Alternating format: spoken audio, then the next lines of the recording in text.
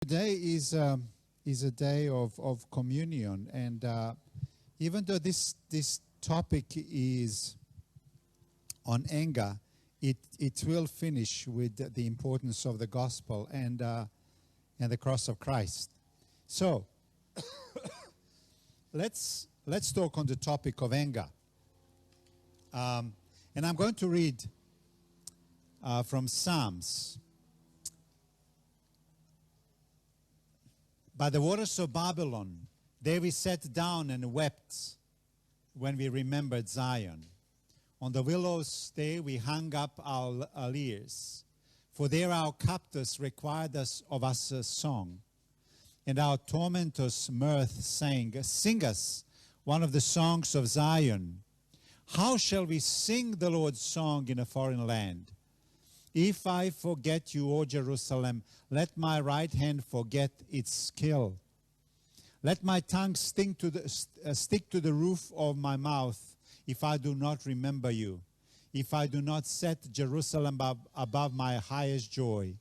Remember, O Lord, against Edomites, the day of Jerusalem, how they said, laid bare, down to its foundations.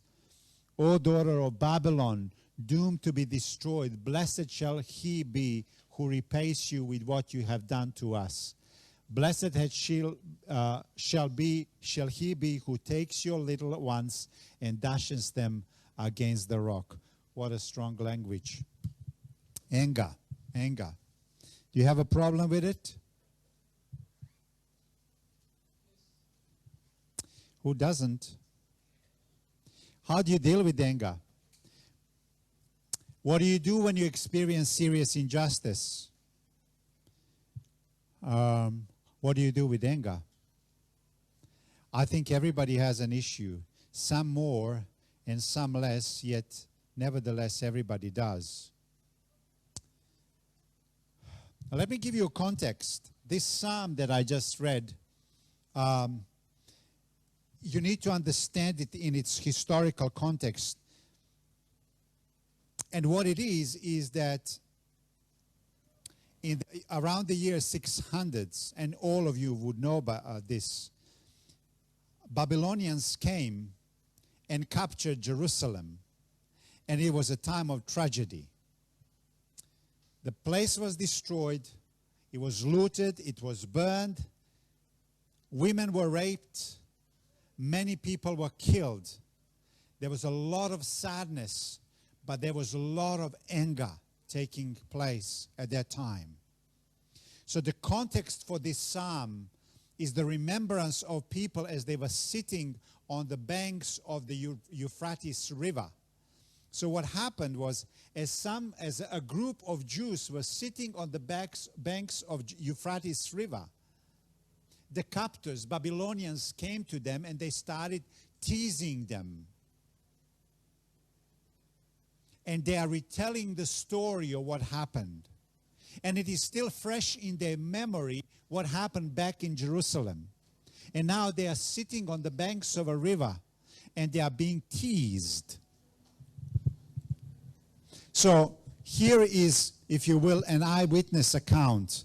Remember, O Lord, against the Edomites, the day of Jerusalem, how they said, laid bare, down to its foundation. As they are listening to what these captors, Babylonians, say, the memories flood back to them what happened in Jerusalem. And they will never forget what happened in Jerusalem.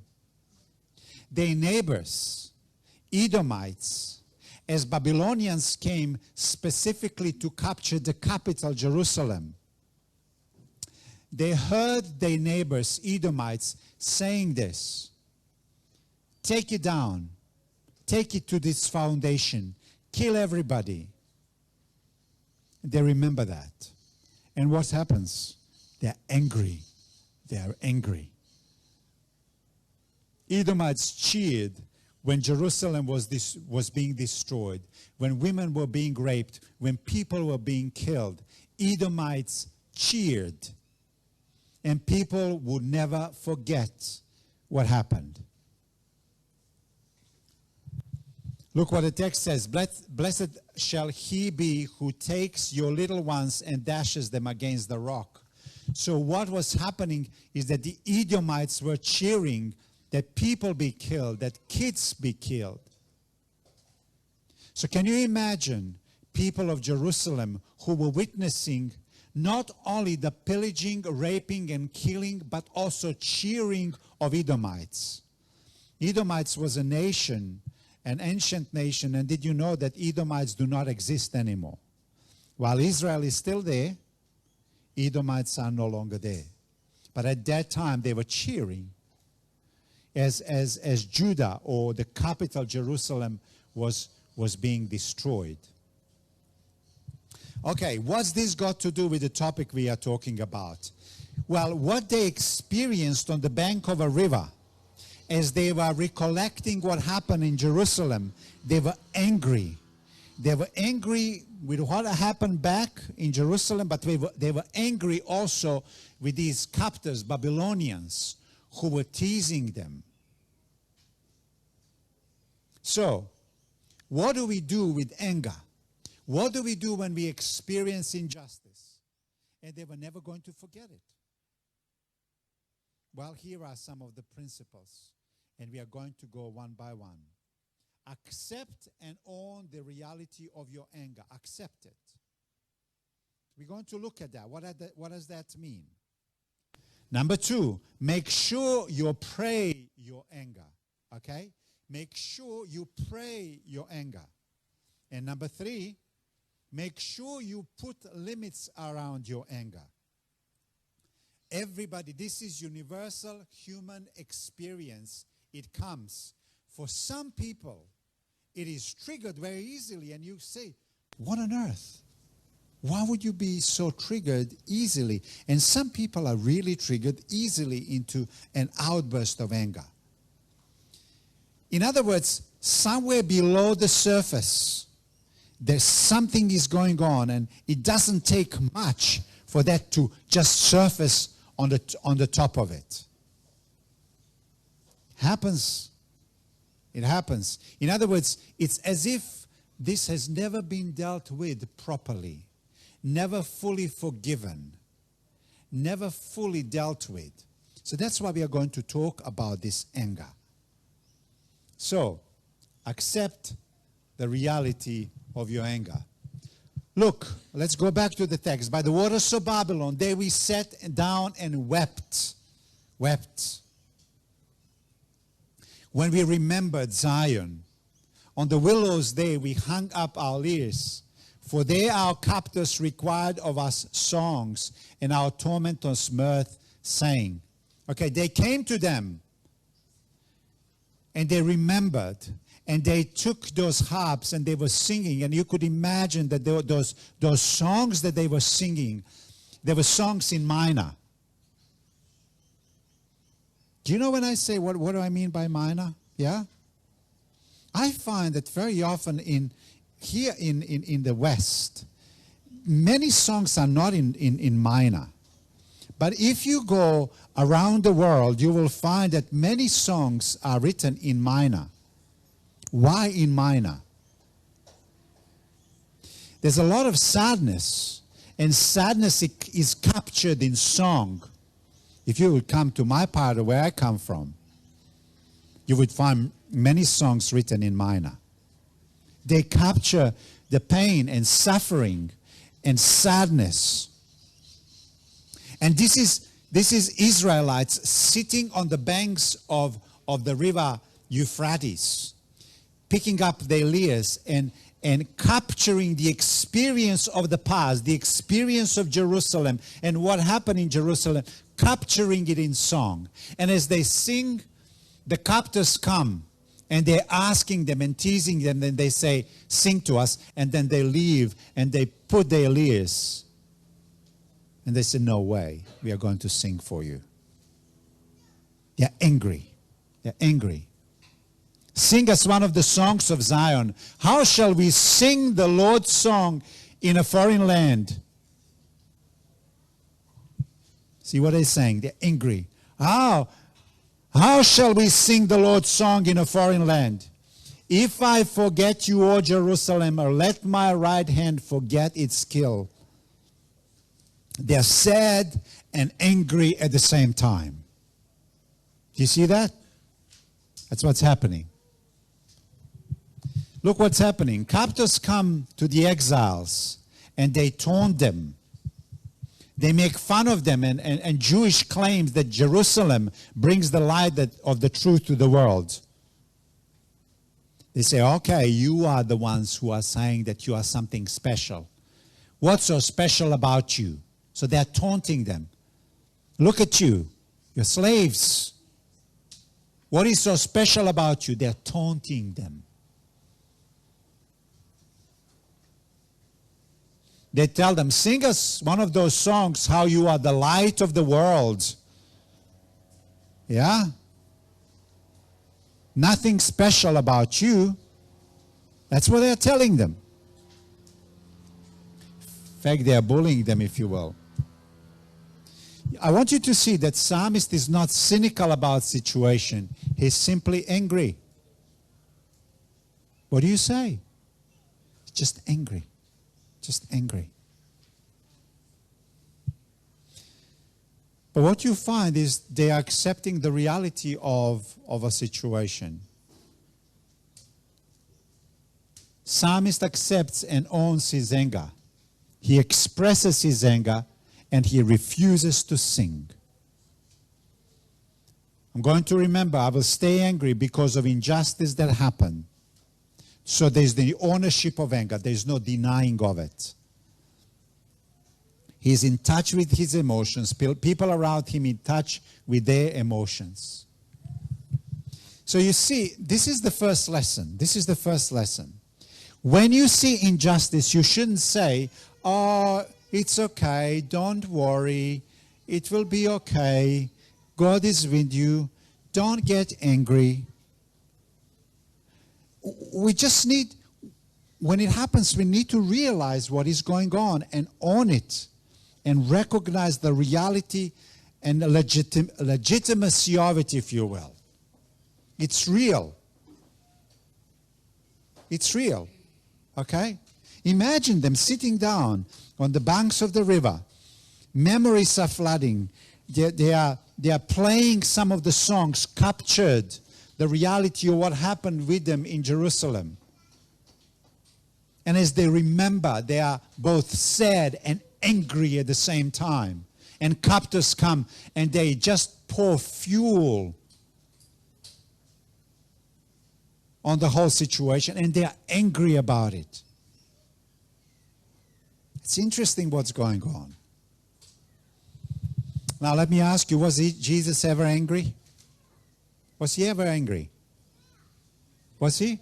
He was angry. He was angry. Look at it. And Mark chapter 3 verse 5, and he looked around at them with an anger. Okay, here is a situation. Imagine this is a synagogue. It was on a Sabbath day. Jesus comes. The place is full. There are Pharisees there. But there in the synagogue, there was this man with withered hand. And by this time, the fame of Jesus spread throughout the nation. Everybody knows that he's a miracle worker. And it's Sabbath. Pharisees are there. This man with withered hand is there. And kind of the elephant in the room is there. Everybody thinks he's a miracle worker. Here is the person who has a withered hand. Is he going to heal him? But the question is this. It's Sabbath. Is he going to heal him on Sabbath? And Pharisees think, no, he shouldn't. And people in the synagogue are not certain. They're not sure. And there is an elephant in the room, yeah? And Jesus addresses the elephant in the room. This is important. Not many people are courageous to address the elephant in the room. But Jesus is. And he says to the man, come up here. He's going to address the elephant in the room. And he says he put him in the middle. He put him in the middle so everybody can see what's going on. And then the Bible says he was angry. He was angry with Pharisees. Imagine that. That was happening in a synagogue. Jesus is not he's just angry. Wow. When was the pastor last time angry during the sermon? Okay, anyway, that's all right. Okay, but this is what happened. Ephesians 4:26 says, be angry and do not sin. It doesn't say that you might not get angry, but that's what it says. Hebrews 12:15, this is now important. Let's look at it. See to it that no one fails to obtain grace of God, that no root of bitterness springs up and causes trouble, and by it many become defiled. What is this all about? It is really important, and it is wrong to deny your anger. If it is there, very often what we do is, if we are in a situation and very often what we do is we feel uncomfortable and we want to repress it. But if you repress it, eventually it will show up. It will show up.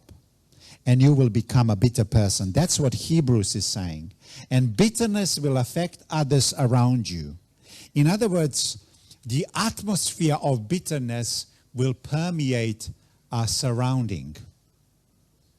In other words, if you have a cause to be angry, let it be known. Otherwise, if you repress it or if you push it under the carpet, it will be impossible still that it will not show up, but it will show up in bitterness. And bitterness shares the atmosphere around itself and everybody can feel it. Why are you so grumpy? I don't know. Suddenly this person is not nice to be around. He's grumpy, because of this repressed anger. That's what's happening. So that's why it's much more important that we deal with it properly. Anger is the expression of good against that which threatens it and which is evil. So whenever you see that good is attacked or under attack and you don't get angry, you're not like Jesus. Especially when it happens to another person, not personally maybe to you, but especially when injustice is done to somebody else. Anger, an expression of anger, is welcome, if you will. Now, what do we do? How do we deal with it? How do we deal with it? Well, this principle that we find in Psalms is really important. Pray the anger. There are two extremes you can go to. You can suppress it, we already talked about it, and you can vent it. Both of these are dangerous.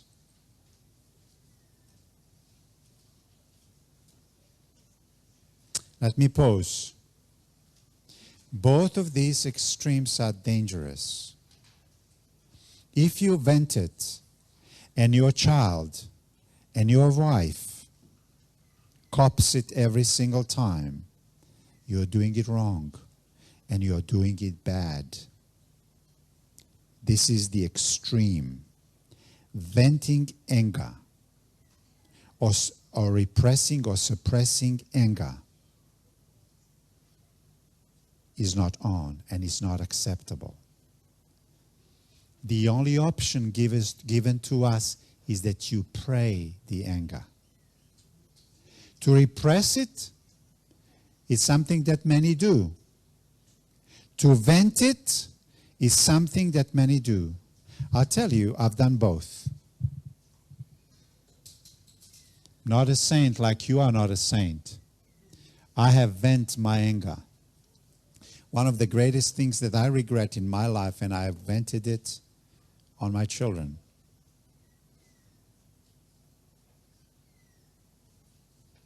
And it happened on few occasions. And I regret that. And it's not good. These are the extremes.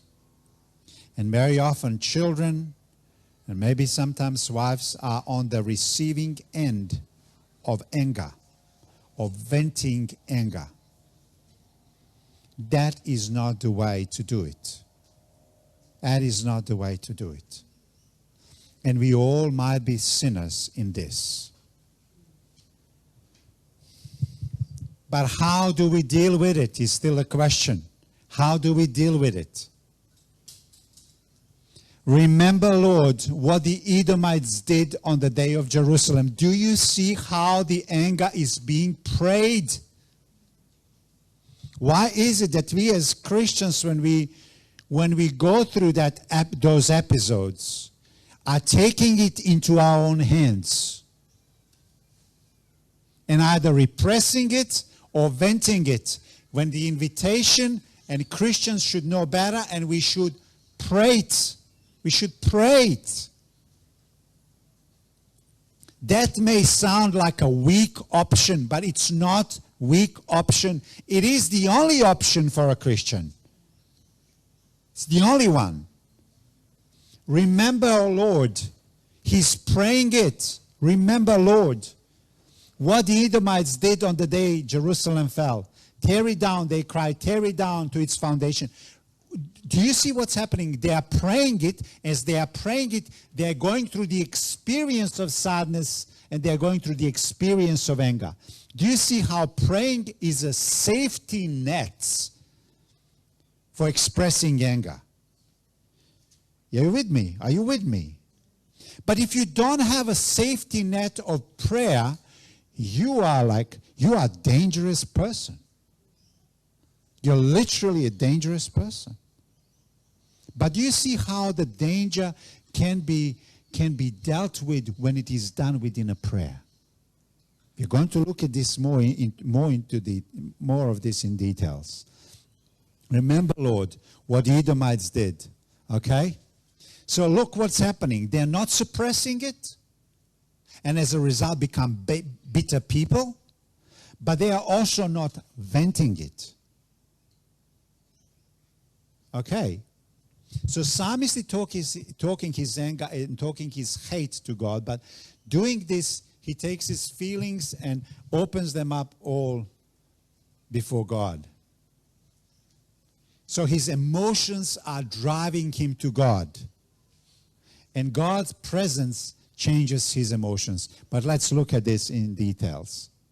I want you to see that false religions tends to us to stifle your anger. Very often we could say it's nothing, or don't worry, pat you on the back, etc., etc. So they want to suppress it. They want to suppress it. Yeah? But our culture, secular culture, asks you to vent your feelings, to become over-aware of it. Especially today. There are so many activists going down the street and saying, just express your anger. You express, vent your anger. Rage at the world. Everybody else is to blame. But you alone are not to blame. Okay? Everybody else is guilty, but you're not guilty. Just vent your anger. Okay? So these are two extremes. Two extremes today. The Bible says, pray it. Pray it. So, put limits around your anger. Does the psalmist say this? I swear by God I will repay them. Is he saying that? Is he saying that? No, he's not. Look what he says. Remember, O Lord, what Edomites did.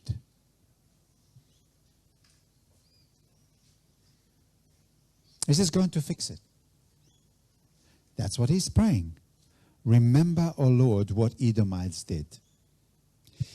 Some who observe what is going on, they say this is like a judgment scene. Let me explain by this. Let me explain this. Psalmist swears himself into a court. So this Psalm 137, it's like a judgment scene. He talks about what's going on the banks of Euphrates River as they remember. If I forget you, O Jerusalem, may my right hand forget. So he brings before God the whole reality. And then he presents evidence to God himself. And he says, God, remember what Edomites did to us. Remember when they said, raise it to the ground, dash the little ones on the rocks. Remember, God, remember. And then he suggests, at the end of it, he suggests the sentence, daughter of Babylon, doomed to destruction. Happy is the one who repays you according to what you have done. This is his suggestion, what the sentence should be. And he says, remember of God, O God. What does the word remember mean in the Old Testament? It does remember mean only do not forget?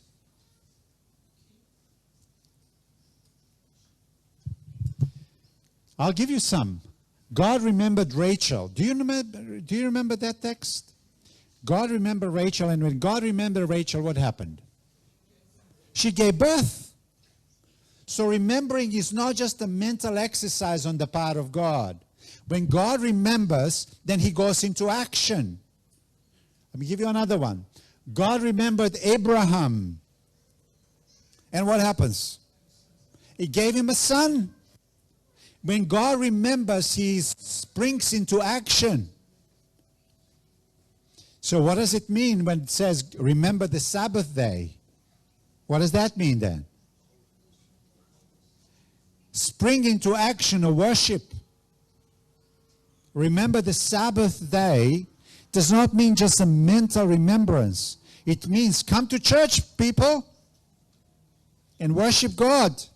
Spring into action or worshiping God, coming into his presence, listening, hearing about him, being blessed by him.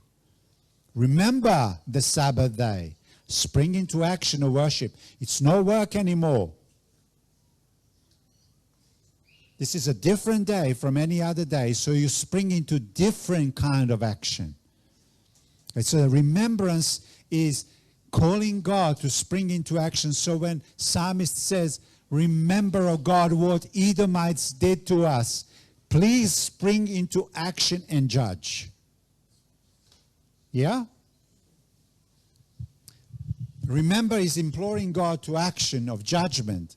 God, please act. So psalmist is taking his anger to God's presence. He reminds himself that God is a judge and is asking God to judge. So here are important lessons. You remind yourself as you go through your anger that God alone has a power to judge and put things right. Do you get that? Because your anger is inviting you to judge. As they were sitting on the banks of the Euphrates River, and their captors come and taunt them. And as anger rises, they could take judgment into their own hands. And that never finishes well, does it? Never finishes well. But they start praying. And they say, God, you remember, you be judge. As I feel this anger, God, I suspend my judgment, executing the judgment. You, God, remember, and you, God, act. God typically delays his judgment, but judgment always comes because he's firstly merciful and gracious. But judgment never ceases to come eventually. Therefore, you follow the example and you suspend your judgments and you let God be judge. So the power of judgment is in God's hand. As you pray your anger, This is hard. Suspending judgment is hard. But we are asked to do this. Number 2, he is the only person in the universe who has the knowledge to judge justly. He's the only person in the whole universe who has the knowledge. Remember when the scene of judgment is described in the book of Daniel, God is the one who has a white hair, and white hair means wisdom. He's the only one who is wise. And therefore, he's the only one who will judge properly. And number 3, he's the only person in the universe who has the right to judge. He has the power to judge, and he has the right to judge, and he has the knowledge to judge. Why does he have a right to judge? Well, you can say because he's God and because he's a creator, but most importantly because he's a savior. Because the Father judges no one, but has entrusted all judgment to who? To the Son. Why is Son the only judge? Because there is no person in this world who could come to him and say, you don't understand. Do you get that? In this world, there's no person who can come to Jesus and say to him, you don't understand. He says, but I do. I have taken all your pain upon myself. So you tell me that I do not understand. This is the way we put limits to our anger. And as he approached Jerusalem and saw the city, he wept over it and said, if you, even you, had only known on this day what would bring you peace, but now it's hidden from your eyes. Remember the occasion? He just finished his ministry. His nation never accepted him. They rejected him. He is crying as he is overlooking Jerusalem from the Mount of Olives. And then this is what Jesus says. The days will come when your enemies will build an embankment against you and encircle you and hem you in on every side. They will now, watch this. Watch this. They will dash you to the ground, you and the children within your walls. Jesus sees, and he's crying as he's speaking. He's crying. He sees that very soon Jerusalem will be encircled once again, like in the time of Babylon, and will be destroyed. Women will be raped. Place will be destroyed. And this time the reason for it will be because they rejected him as a savior of the world and as savior of a nation. Jesus is using the language of Psalm 137. And he says, history will repeat itself. And he is using the language of judgment. He is prophesying the fall and destruction of Jerusalem, which was going to happen in the year 70. The city is about to kill him. They themselves will be destroyed. And Jesus is crying for what will happen.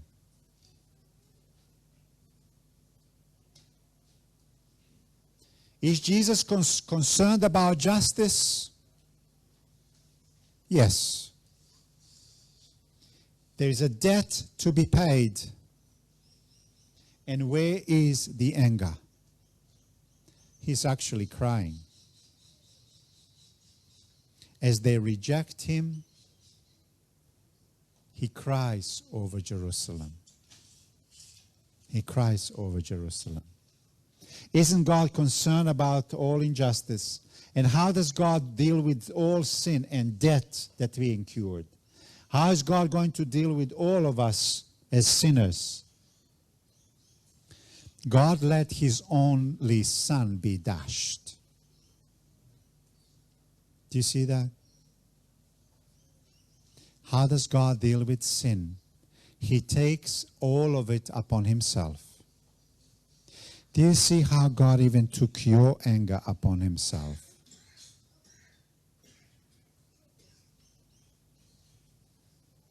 Can you absorb the price of injustice?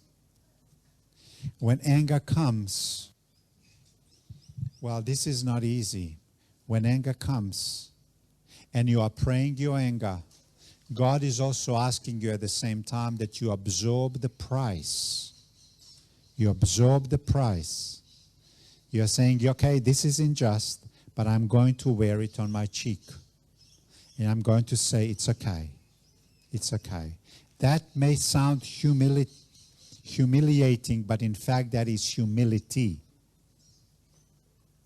It is not humiliating, it is humility. God absorbed all of sin and took it onto himself. That's what happened on the cross. And this is really important. So, let's finish it. When you experience anger, express it, don't repress it, and pray it. Don't butcher the character of people because of whom you are angry. Don't butcher their character before others. Don't dwell on it hoping something bad will happen to them. Be motivated by Jesus who died, who did above for you. Look what it cost Jesus. Now he says, what I did to you, you do it to others. You see, cross is damning of humanity. You're pitiful, bad, flawed, and lost. When you look what happened on the cross, it exposes not Jesus so much, except that he is God of love, but it exposes how bad humanity is. How bad humanity is. Only the death of the Son of God can save you. To believe in the salvation achieved on the cross, you accept the condemning message of the cross. You are lost, pitiful, bad, which is also the most affirming message. God loved you so much that he went so far to save you. Now tell me, how good is that? You tell the wrongdoers things they don't want to know, yet you seek justice, but you are to forgive them because of Jesus. This is not an easy topic, and I know that many of you have had to deal with it, but the question is, how did you deal with it? How did you deal with your anger? Suppressing it or venting it? None is good. The only one that is good is praying it and having Jesus as the example. Well, this is a prayer for myself as well as for you, that we know how to deal with this powerful human emotion, and there is a way for it. Well, maybe this is a time when you need to ask God for forgiveness. God, please forgive me. Because very often what happens with people who are angry, they don't know how to get out of a vicious cycle. Isn't that true? They just don't know how to get out of a vicious cycle. I have found it with me in the past, you know, you go into it and then you come again and then you come again. And unless you break, a circuit break it, and circuit breaker is always the foot of the cross. And now what we learn today, it is pray it, give it over, and absorb it, and let the power of God work in you. Let the power of God work in you.